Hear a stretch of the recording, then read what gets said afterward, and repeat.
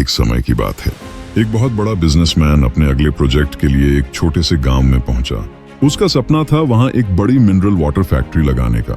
गांव तक पहुंचने के लिए उसके पास दो रास्ते थे।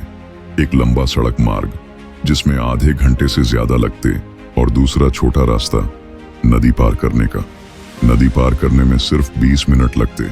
समय बचाने के लिए उसने नाव से जाने का फैसला किया। वह एक छोटी सी लकड़ी की नाव के पास पहुंचा। नाव बेहद साधारण थी, हल्की सी जर्जर, किनारे से पानी भी रिश्ता दिखाई दे रहा था। नाव के एक कोने में एक दुबला पतला नाविक बैठा था। चेहरे पर सादगी, कपड़े मैले, पर आंखों में ईमानदारी झलक रही थी। बिजनेसमैन नाव पर चढ़ा और यात्रा शुरू हुई।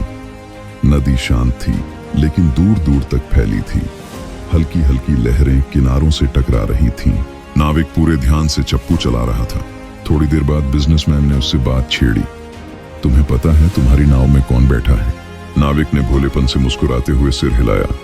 नहीं साहब, मुझे नहीं पता, मैं तो बस लोगों को पार लगाता हूँ। बिजनेसमैन को थोड़ी हैरानी हुई। उसने फिर पूछा, तुमने कभी स्कूल नहीं जाया, कुछ पढ़ा लिखा है? नाविक ने धीमे स्वर में जवाब दिया, नहीं साहब, बचपन में ही मेरे पिता चल बसे थे। परिवार का पेट पालने के लिए छोटी उम्र में ही काम पर लगना पड़ा, तब से नाव चला रहा हूँ। बिजनेसमैन ने उसकी बात पर हंसते हुए कहा, अरे भाई, पढ़े लिखे बिना भी कोई जिंदगी है। क्या फायदा ऐसी जिंदगी का जो कभी गांव से बाहर ही ना निकली हो?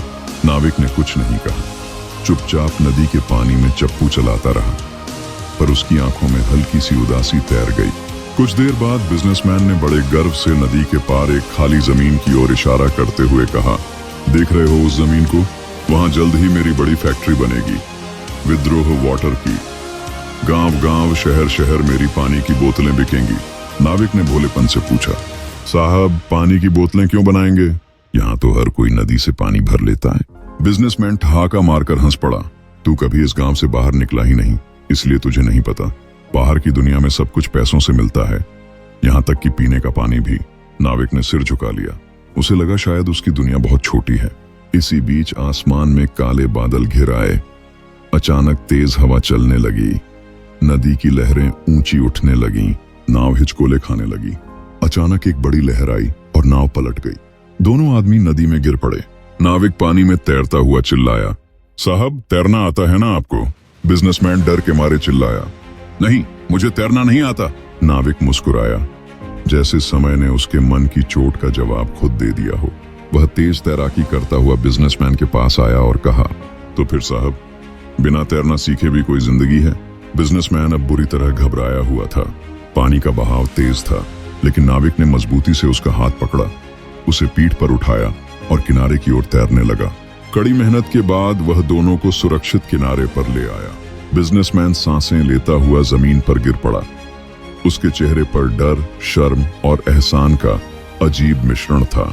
उसने हाथ जोड़कर नाविक के सामने सिर झुका दिया और कहा, भाई, तुमने मेरी जान बचाई। आज मैंने समझा कि असली काबिलियत क्या होती है। मैं बहुत घमंड कर रहा था और दूसरों को छोटा समझ रहा था। मुझे माफ कर दो। नाविक ने शांति से मुस्कुराते हुए कहा, साहब, हर किसी की अपनी अहमियत होती है। पढ़ाई जरूरी है, लेकिन अनुभव और जज्बा भी उतना ही जरूरी होता है, इसलिए कभी किसी को कम मत आंकिए। बिजनेसमैन के चेहरे पर गहरा पछतावा था। वह जान गया था, कभी किसी को उसके हालात या पढ़ाई से मत आंकना, क्योंकि वक्त कब किसकी असली काबिलियत परख ले कोई नहीं जानता। सीख, सम्मान हर इंसान का करना चाहिए। हर किसी के पास कुछ ऐसा हुनर होता है जो किसी भी बड़े से बड़े इंसान की भी जिंदगी बचा सकता है।